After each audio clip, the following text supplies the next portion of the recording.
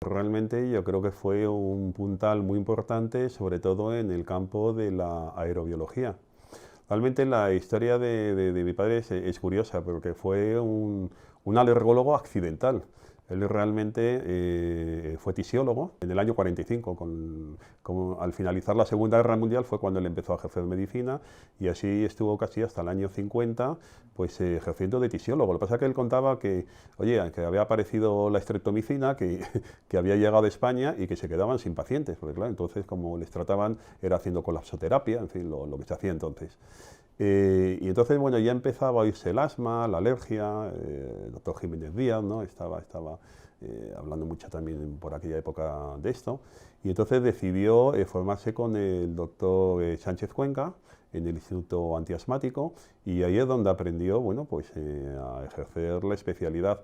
Poco después fue al Hospital de la Cruz Roja, estuvo en la sección de alergia, montó un servicio de alergología y bueno, y profundizó mucho en los conocimientos, empezó a hacer ya también cursos de formación en alergología para los médicos y no obstante yo recuerdo que lo que hablaba con más cariño él entonces fue cuando se fue a otro instituto, al Instituto Nacional de Medicina del Trabajo, donde ahí empezó a hacer, bueno, aparte de una labor asistencial para atender a pacientes con enfermedades ocupacionales, había una parte experimental, una parte de investigación que yo creo que le volvió loco y bueno, pues empezó a publicar estudios de enfermedades ocupacionales y me acuerdo que había uno en concreto que él se sentía muy orgulloso, que era el asma ocupacional por la huacanga africana, que bueno, lo publicó, aparte de también que hizo estudios muy importantes sobre dermatitis de contacto,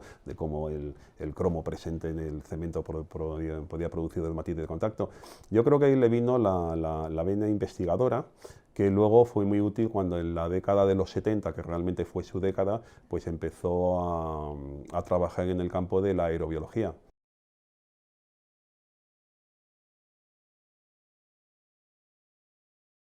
Sí, efectivamente trabajó con diferentes tipos de maderas tropicales y efectivamente publicó, bueno, pues los primeros casos de asma ocupacional, haciendo, bueno, pues provocaciones bronquiales, la metodología que hacían entonces, que era muy avanzada para la época.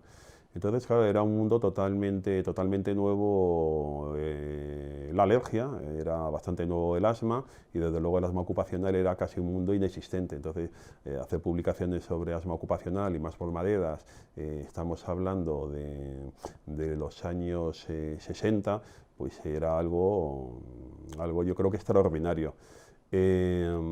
Posteriormente, luego ya, aparte del tema de enfermedades ocupacionales, y en el año 73 él vio la importancia que tenía la polinosis, que bueno, ahora todo el mundo habla de polinosis y todo el mundo sabe lo que es, pero cuando empezó, yo recuerdo que él me comentaba que había muchos colegas suyos, en plan de broma, que le decían, venga, ¿qué estás contando tú de alergia a polen? Si eso no existe. Poco más que se lo estaban inventando, ¿no? Entonces, bueno, tuvo que luchar, desde luego, con el escepticismo de muchos colegas de otras especialidades que no creían en la alergia y no creían ni siquiera en la alergia a los pólenes. Pero bueno, él realmente lo estaba viendo, lo estaba tratando, sí que se lo creía y vio la necesidad además en Madrid de decir, oye, aquí estamos atendiendo a muchos pacientes polínicos y no sabemos ni siquiera qué pólenes son los que vuelan por encima de la cabeza de nuestros pacientes. Fue por eso por lo que en el año 73, pues con un inglés muy limitado, con la ayuda pues, de familiares que sabían inglés, pues que consiguió ir a Londres, al St. Mary Hospital, donde estaba Franklin, ¿no?, el jefe del servicio, y allí había un doctor, el doctor Davis, que estaba ya haciendo recuentos de pólenes con un colector volumétrico de Hirsch, que era un invento de guerra, curiosamente de los años 50, que lo habían utilizado, era un invento de guerra para estudiar cómo las esporas, ¿no?, bueno, pues podían detectarse para que no atacaran a los soldados. Parece que, bueno, ese invento de guerra no triunfó porque debían de encontrar otras sustancias más eficaces como arma de guerra y dejaron bueno, que ese aparato, ese colector volumétrico de Hertz pasara a la sociedad civil. Lo aprovecharon muy bien los ingleses y uno de ellos fue Robert Davis, que empezó a hacer los recuentos de pólenes en Londres con una metodología que yo diría que es prácticamente idéntica a la que seguimos utilizando en la actualidad. Estamos hablando del año 52. Él aprendió esta metodología en el año 73 en el St. Mary Hospital y bueno, inmediatamente puso un colector aquí en Madrid, en este centro, en el año 73, como digo. Y bueno, fue ya un antes y un después. Ya se le olvidó los asmas ocupacionales, se le olvidaron las dermatitis ocupacionales. Ya se dedicó durante esa década prácticamente en cuerpo y en alma dedicado a la aerobiología. Era una auténtica pasión. Se iba al jardín botánico, tenía contacto con biólogos para aprender qué plantas vegetaban en Madrid. Fundó la Sociedad del Apple, la primera sociedad de la Asociación de Palinólogos de Lengua Española, que él fue presidente de esa sociedad. También fue miembro fundador de la Sociedad Española de Alergia. Y bueno, yo creo que supo muy bien fundir, o sea, hacer lo que eran equipos multidisciplinarios. Eran equipos donde había alergólogos, donde había biólogos, donde había cualquier persona que pudiera tener interés en el campo de la aerobiología. Y además hizo una aerobiología aplicada a la clínica, que yo creo que fue también muy importante. Él iba a ver qué pólenes producían alergia, comprobar que efectivamente fueran estos.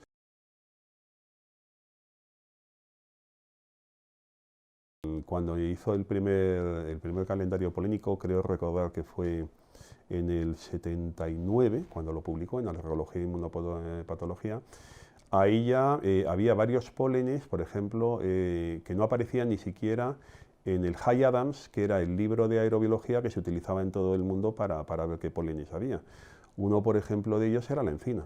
Un polen de encina se volvía loco, pero este polen ¿de dónde viene? Y no viene en ningún tipo de tratado.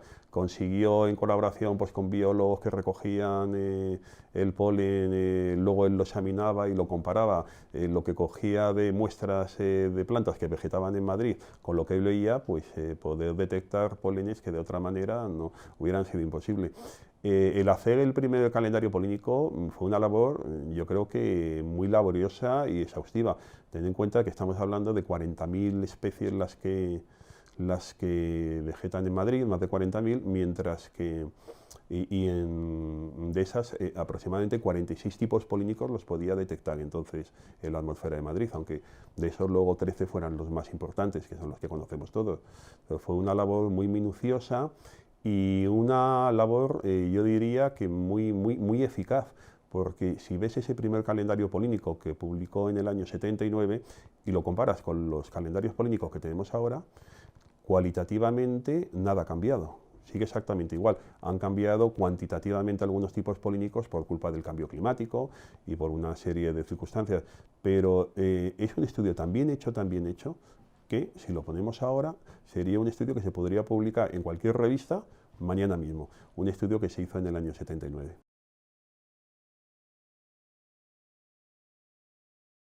Bueno, realmente yo no lo creé. Yo lo que hice fue hacerlo renacer, porque el primer comité de aerobiología como tal lo creó mi padre en la década de los 70. El primer colector lo trajo en el año 73 y poco después empezó a formar alergólogos por toda España, a formarles en esta metodología de volumétrica de Hertz y consiguió formar el primer comité de aerobiología, cuyos resultados, muy bien dicho, los datos salieron publicados en el Congreso de Santiago de Compostela en el año, creo recordar, en el año 80, ¿no? Creo recordar. Ese fue el gran paso, ¿no? El decir, bueno, tenemos ya un calendario polínico, no solamente de Madrid, sino que tenemos calendarios polínicos prácticamente de todos los sitios importantes de España. Realmente ha cambiado mucho.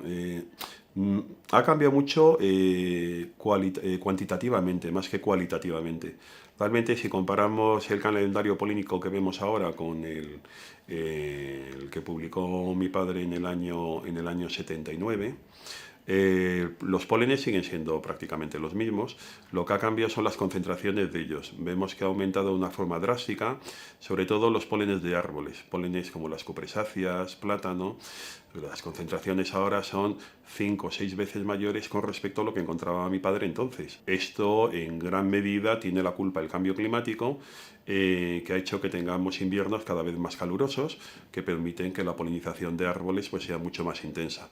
Por supuesto que el aumento de la plantación de plátanos y de cupresáceas en Madrid, bueno, pues evidentemente eso también puede ser un factor, pero vemos que a lo largo de los años solamente son los inviernos cálidos cuando las concentraciones de polenes son realmente altas. Cuando los inviernos son fríos, como este año, pues los polenes de cupresáceas, de plátano, caen, a pesar de que sigan en la ciudad. Entonces vemos que el factor más importante, el que determina que haya esas concentraciones tan altas de polenes de cupresáceas y de plátano en estos últimos años, pues es prácticamente en su mayoría por culpa del cambio climático, que está permitiendo pues, un calentamiento de la atmósfera muy importante, que hace que esos inviernos tan cálidos y tan soleados pues aparezcan estas concentraciones tan altas que tienen consecuencias, no salen gratis. Este tipo de concentraciones estamos viendo que está aumentando muchísimo el número de pacientes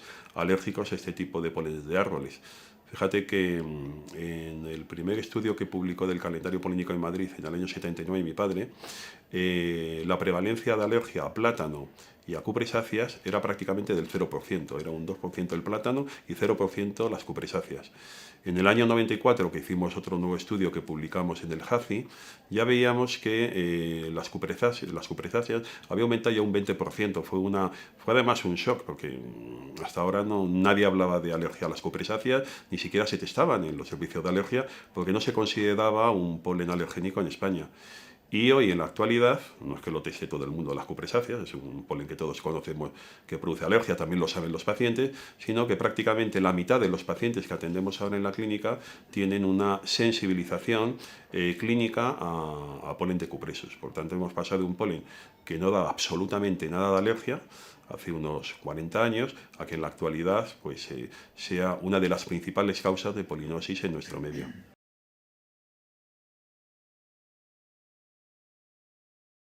Bueno, yo creo que tiene que ser una continuidad, porque estamos viendo que cuando hacemos recuentos, los recuentos no solamente sirven para ver qué pólenes son los que vuelan encima de la cabeza de nuestros pacientes en un momento dado, sino que es necesaria una monitorización para ver de qué manera esos tipos de recuentos van cambiando con el paso del tiempo. Ya hemos visto que en estos últimos 40 años han cambiado de una forma drástica y que estos pólenes de árboles que antes no daban problemas, ahora dan muchísimos problemas y son una causa importantísima de polinosis. Entonces, por tanto, hay que hacer una vigilancia continua.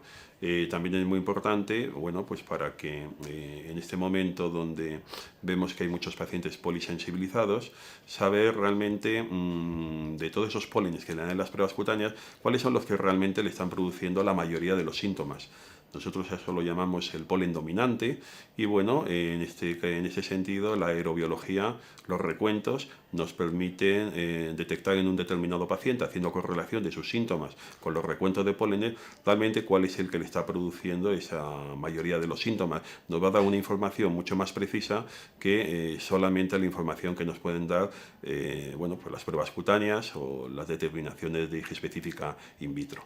Entonces eso es otro aspecto muy importante.